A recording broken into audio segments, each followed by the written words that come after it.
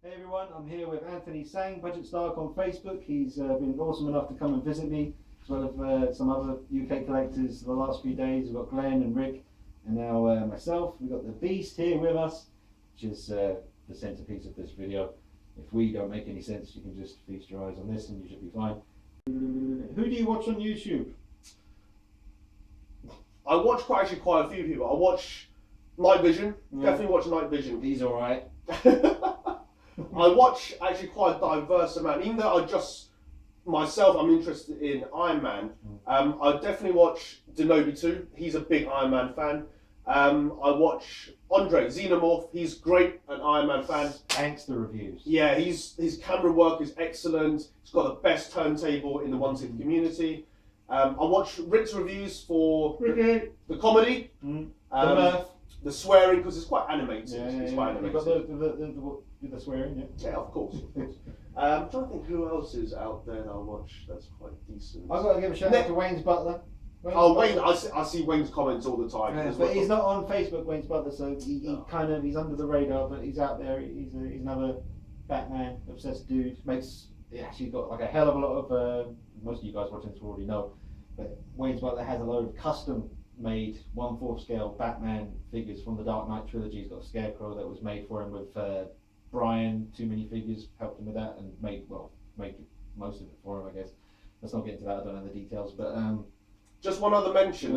I like to actually check out Nenny's channel, Nenny D. The reason for that is that a lot of mainstream figures like the Iron Mans, the Marvel stuff, some of the DC stuff, most of the reviewers will put something up there. But Nenny, I think, specialises in more rarer, unusual figures. Definitely Predator, some Alien, but I know Predator, anyone who wants to know more about Predator figures, statues, painting, Nenny's the man for that. He's known for that. So I do check out his stuff because I'm really interested to see the ability of Nenny when he's painting, because it is phenomenal, his work.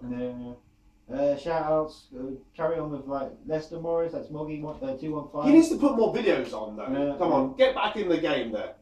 Sven Izarez channel, awesome reviews, quite a recent guy making his videos, friend of mine for a long time now on Facebook, YouTube.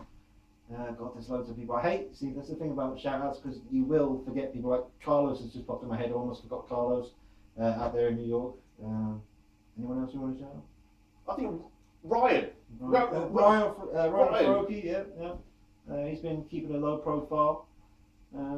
What's your most popular video? Do you know what it is? Yeah, I think most people can guess the most popular videos in general for figures is Iron Man related, and in particular is Hulkbuster. Funnily enough, my top 5 most viewed videos, 4 of them are all Hulkbuster, and the one that is the most popular one is the King Arts 1/4 scale phone charger. So this charges your iPhone or your Samsung. That's had about 500,000 views in about 3 months, I think. So yeah, that's really popular. I'm actually picking that up. I told my wife that I bought a new iPhone charger, and she kind of believed me. Then I showed her picture of it, and then she went, "What the hell is that?" But that should be coming out, I think, the end of this year. So I'm actually going to have the actual statue, the phone charger, in my house. 1/4 scale, so looking at about 3.5 foot. Bloody hell. Yeah, it's pretty big.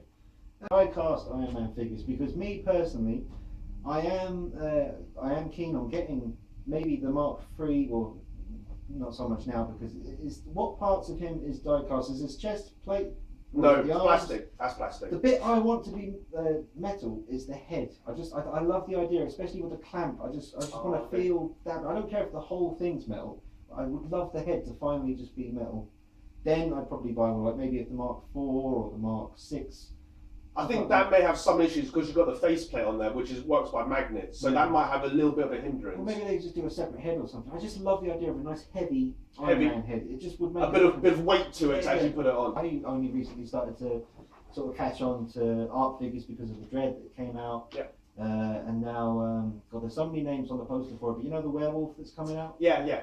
Is it Pop Toys? Pop Toys, yeah. I only recently found out about Pop Toys, and because of Dread found out about art figures, so my knowledge with them isn't that extensive, but how are things now? Obviously Hot Toys are top dog. You've got Enter Bay, a sort of second they're tier. Yeah. Lately, because of the whole NBA thing, their NBA figures are amazing, I think. But let's face it, it's not the most popular thing right now.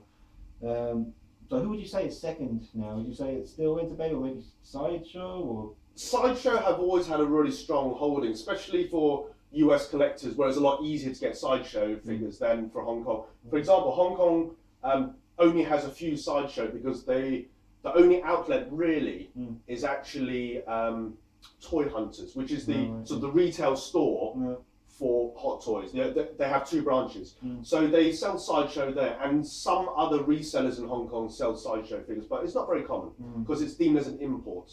So I would say the number one figure company, 1/6 figure company would be Hot Toys. Moving down, Sideshow and Interbay are still there, but it's different. Definitely different genres. You know, different licenses are out there. In terms of Marvel, or if you look at Iron Man, I don't think anyone can really compete with Hot Toys for that. No, that's true. That's the thing. They seem to literally. It's just the amount of the license now. But it literally seems like there isn't a license they can't get or won't get now. It's like Back to the Future happened. Yeah. Which I still kind of find a little bit unbelievable. I don't think any other manufacturers are going to make it. No. So I think they do. Yes, all the mainstream things like Star Wars. Marvel, Age of Ultron, you know, all the really big name stuff, but they do venture out into the rarer, more unknown genres as well, which I think other companies may not do. So talking about the companies that are out there, you're getting Pop Toys, as you said, you've got Dan Toys who make the Gangster Kingdom figures. So they have caricature type figures that don't need a likeness. So that's how I think they get around some of the licensing issues. That's why maybe the cost of those figures is substantially less than Hot Toys, for example. And then Storm Collectibles. But they don't cheap out on the packaging, like the Gangster's Kingdom stuff is really Gangster Kingdom stuff is really good. I'd say that packaging is as good as, if not somewhat better than some of the Hot Toys packaging. They look pretty good. Batman vs Superman stuff. I'm looking forward to the new Batman. Don't care who's playing it. I don't mind the suit. The suit looks good, and I think you know who will be a good Batman. He'll do all right. You know what the problem is though, Dean? It's moving over to Iron Man. See, Batman's getting a proper armor suit now, so you can see the eyes, and he's getting the messy. You know. That's true. Other film, Suicide Squad should bring some cool stuff. Looking forward to the Harley Quinn figure. Was it Margot Robbie? I think her name is. Looking good. I think that line will be really interesting. Very diverse. All the figures look completely different, and I think that'll appeal to quite a wide audience actually. Yeah, no, definitely. It's going to be an interesting couple of years coming up. Expensive couple of years as well. Yeah. I mean, for me, myself, space situation, I have to pick things so carefully now. Like I saw Obi-Wan came out and thought he looks perfect. And he's an absolutely iconic character. A few people have said that Obi-Wan doesn't look good or that something's off. I'm looking at it thinking it's almost perfect. We're spoiled now, man. That's the thing. We're so spoiled with all the things that we can buy and consume. But, I mean, the things that we can buy now. I mean, if you're a movie fan, I mean, just this alone to me, I can stare at that thing for ages. It's just, it's crazy. And, I don't know, there are certain ones where they may be a little bit off the mark and stuff with the head sculpts and stuff, but I think overall, because of the internet and the way it gives everyone such an opinion and the way they can voice it, it just gets a little bit out of hand sometimes. No, I agree with that actually. I agree with that. I mean, most of these figures, 95% of these figures are unbelievably good works of art. You know, it's just we see a photograph and maybe the light was coming across the wrong direction or whatever, but yeah, I think a lot, like when Maleficent came out, I thought they screwed it up just like everyone else. I thought they changed their head sculpt. And they hadn't. It was the original prototype. It was still the same one. It's just photographs make a hell of a difference. I think that's. You did a great video showing when you use the right lighting. Because when I took photos of that when it first came out, Secret Base, it's white on a white background with a white spotlight right on his face. And I'm trying to change the lighting in a different angle. It was really hard to get that. It wasn't actually your. She looked pretty damn good in your videos. It was the initial. I think it was Plastic Enemies.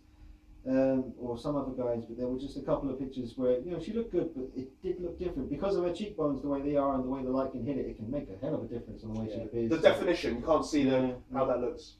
Yeah, but I mean, on the whole, I think Hot Toys and most of these other companies, but just focusing on Hot Toys in particular, their stuff is usually pretty much almost bang on. I mean, Harrison Ford, Han Solo looks pretty damn good to me. The Luke Skywalkers have all looked good to me. I mean, you hear things people will say like the eyes or the mouth is wrong or something, but you know, on the whole, I think we're pretty lucky to be able to buy these things. Like movie fans, someone like me in their 30s now was born in 1980, so there's a hell of a lot. The Back to the Future line came out. I've got the space for it, but the fact that we can buy that and the DeLorean, and it's just crazy. I've got a question for you, Dean. Mm. What new line would you like to expand on if you had the space? Ghostbusters. Oh, that's interesting. I can just imagine having the Ghostbusters. You can only have about 6, right? Because you've got 4 plus There's Rick Moranis. 4 of them, plus Slimer would have to be there. Yeah, Slimer, Rick. Then there's Moranis. the car, the XO1. The XO1 1/6 was scale, the- so we're looking at the DeLorean size, right? Yeah, because it was like a hearse originally, or an ambulance or something. Yeah, it was a hearse, I think. Yeah, it's huge. Oh yeah, but Ghostbusters I think would be very special. And I wouldn't rule it out. Since Back to the Future happened, I wouldn't say anything's impossible with Hot Toys now. And the way they did the Crow, you know, I mean, me personally, I think I was 12 or 13 when the Crow came out, and I loved it. And you know, all these years later, they did the figure, and I love that one. That's another one that gets a lot of hate because of the teeth and stuff. But from regular viewing distance on the shelf, the Brandon Lee teeth, I think they're fine. I don't know if you've seen it close up, but they're pretty good.